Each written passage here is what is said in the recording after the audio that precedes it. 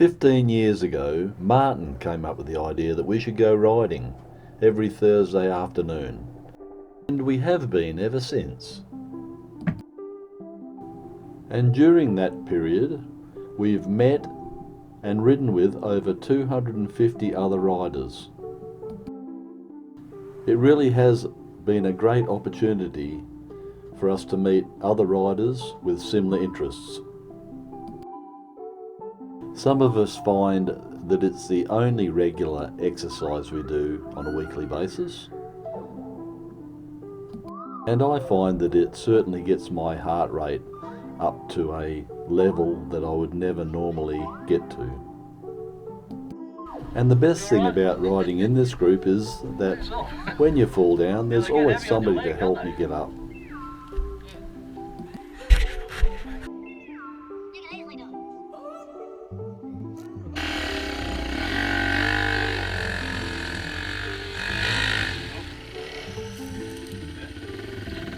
And if you don't keep weight on the back wheel, you dig a hole. Graham, you were trying an impossible task there. It's even great exercise getting dressed to go riding on the motorbike. And always plenty of good advice available. Some people don't like riding in sand, but when you live in Western Australia, you've got to love it. Yeah, my coolant was all out here, and I checked the level today, and she was low. Yeah. I was wondering what the hell was going on. Maybe I've popped a radiator. That's all coolant. That's interesting. So what's happening here, Martin? Air cleaners in. High maintenance. Last week it was low maintenance.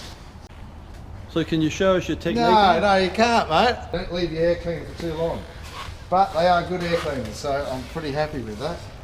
So how often do you change your air cleaner, Martin? Normally every ride, depends on if it's dusty, but winter you get a bit slack. Good air cleaners though. Big surface area. And they have a nice foam Seal. seal there. Beaten, Martin? Hardcore weight. Yeah. The seal is the most important part. Where is it? You're thinking it could be time to upgrade to a new bike? Yeah, maybe. Yeah? Yeah, money's burning a hole in my pocket, Ed. So what are you looking at? What could possibly replace that? I don't know. Two-stroke. A fluoro yellow one. Going cheap. Done deal, mate. All you have to do is give me a lift home. Right, well I'll go down and get some fuel. Get more than 2 litres this time.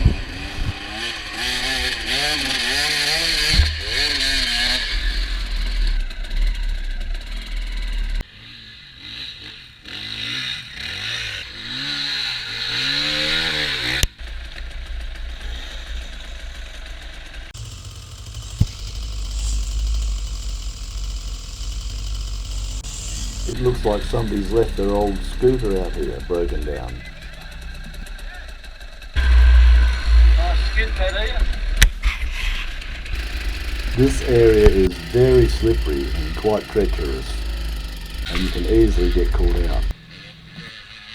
Brenton manages to make that off-camber, very hard limestone hill look easy to ride, and it's certainly not that. Even coming down's treacherous.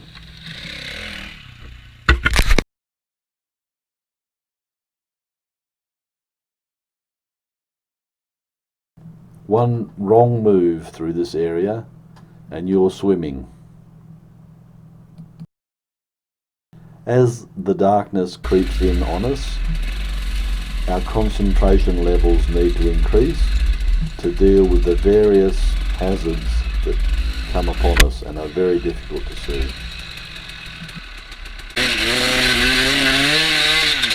Hills that we easily ride up during the day become unrideable mountains in the darkness.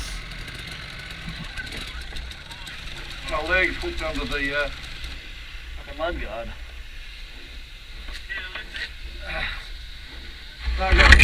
gonna... maybe.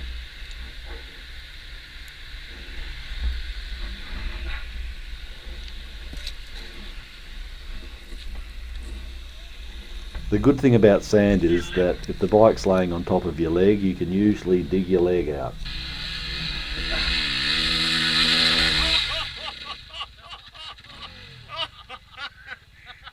Nearly.